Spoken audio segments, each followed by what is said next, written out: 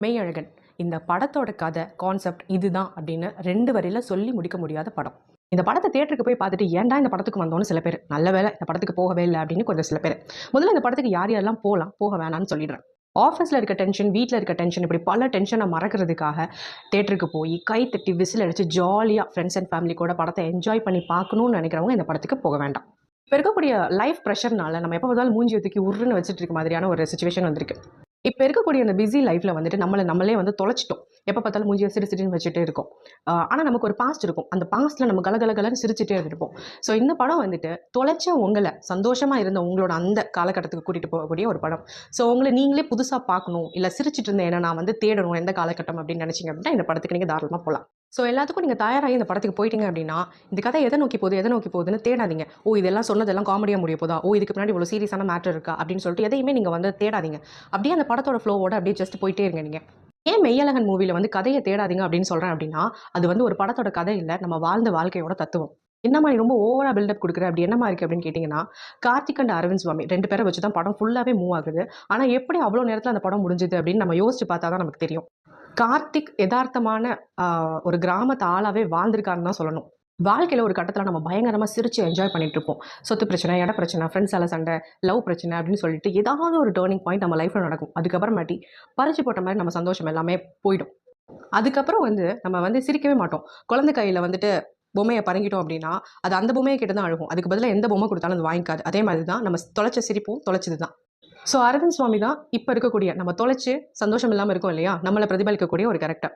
கார்த்திக் நம்ம சந்தோஷமா இருந்த காலத்துல நம்ம நெறைய விஷயத்த செஞ்சிருப்போம். அதுல முளைச்ச ஒரு செடி. நம்மளால வளர்ந்த அந்த குட்டி செடி எப்படி பெரிய மரமாகி நமக்கே திரும்ப நிழல் தருது அப்படிங்கிற கான்செப்ட் தான் இந்த மெய்யழகன் படம் மூவி.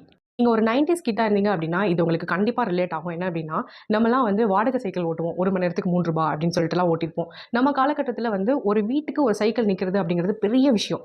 இப்போ எப்படியோ நம்ம 2 வீலர் தான் நம்ம எல்லாருமே ஒவ்வொருத்தவங்க வீட்லயும் வச்சிருக்கோம். ஆனா அப்போ சைக்கிள் அப்படிங்கிறது ஒரு பெரிய, பெரிய, பெரிய விஷயம். அரவிந்த் சுவாமி தன்னோட சின்ன வயசுல வேணான்னு விட்டுட்டு போற அந்த சைக்கிள் கார்த்திக்கோட லைஃப்ல ஒரு பெரிய மாற்றத்தை கொண்டு வருது அப்படிங்கிறது 90s கிட்ட நம்மளால ஃபீல் பண்ண முடியும். ஜல்லிக்கட்டு பேன் பண்ணதை வச்சு ஒரு சீன் வச்சிருப்பாங்க. அந்த மாடு அந்த கதையோட வாழ்ந்திருக்குன்னு தான் சொல்லணும். ஜல்லிக்கட்டை பேன் பண்ணப்போ நமக்குலாம் கஷ்டமா இருந்தது. ஆனா அந்த மாடு வளர்த்தவங்களுக்கு தன்னோட வீட்டில் ஒரு குழந்தை மாதிரி அந்த மாடை வளர்த்துருப்பாங்க இல்லையா, அவங்களுக்கு அந்த எவ்வளோ ஒரு கஷ்டமா இருந்திருக்கும். இந்த படத்துல அந்த சீன் வரும். மாட்டு பொங்கல் அன்னைக்கு அந்த மாடே வந்து என்னை நீ ஜல்லிக்கட்டுக்கு கூட்டிட்டு போ அப்படின்னு சொல்லிட்டு அந்த மாடோட சைடுல இருந்து நின்னு பேசியிருப்பாங்க. அது வந்து ஒவ்வொரு சீனும் அப்படியே புல்லரிச்சு போயிடும். நம்ம அரசர்கள பத்தி பேசின அந்த சீன மட்டும் இன்னும் கொஞ்சம் மக்களுக்கு புரியிற மாதிரி எடுத்திருக்கலாம். அப்படிங்கிறது என்னோட பெர்சனல் ஒப்பீனியன். படம் ஃபுல்லா அரவிந்த் சுவாமியும், கார்த்திக்கும் 2 பேரும் சேர்ந்து டிராவல் ஆகுறாங்க. காமெடி என்ன அப்படின்னா, அரவிந்த் சுவாமிக்கு கார்த்திக்கோட பேரு கூட தெரியாது. அவர் தனக்கு எந்த வகையில சொந்தம்னும் தெரியாது. இந்த பக்கம் கார்த்திக் அரவிந்த் சுவாமி மேல ஒரு கிராமத்து சாயல் கலந்த அன்பா அள்ளி தெளிச்சுட்டே இருப்பாரு.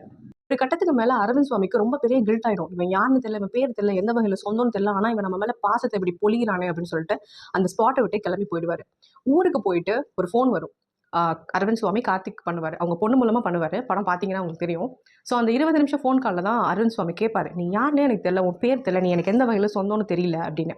கார்த்திக் அப்படியே அழுக வந்துடும். அதுல ஹைலைட் என்ன அப்படின்னா, நம்ம நினைப்போம் கார்த்திக் வந்து என் பேர் இது. நான் உனக்கு இந்த வகையில சொந்தம் அப்படின்னு சொல்ல போறாருன்னு நினைச்சோம் அப்படின்னா, கார்த்திக் அரவிந்த் சுவாமி யாருன்னு அவருக்கு புரிய வைப்பாரு. ஒவ்வொரு இன்சிடென்ட்டா சொல்ல, "ஓ!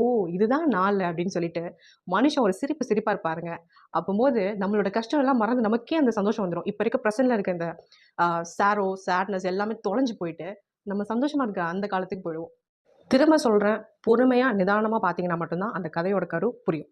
ஏனோ தானோன்னு போயிட்டு வந்துட்டு என்ன திட்டக்கூடாது.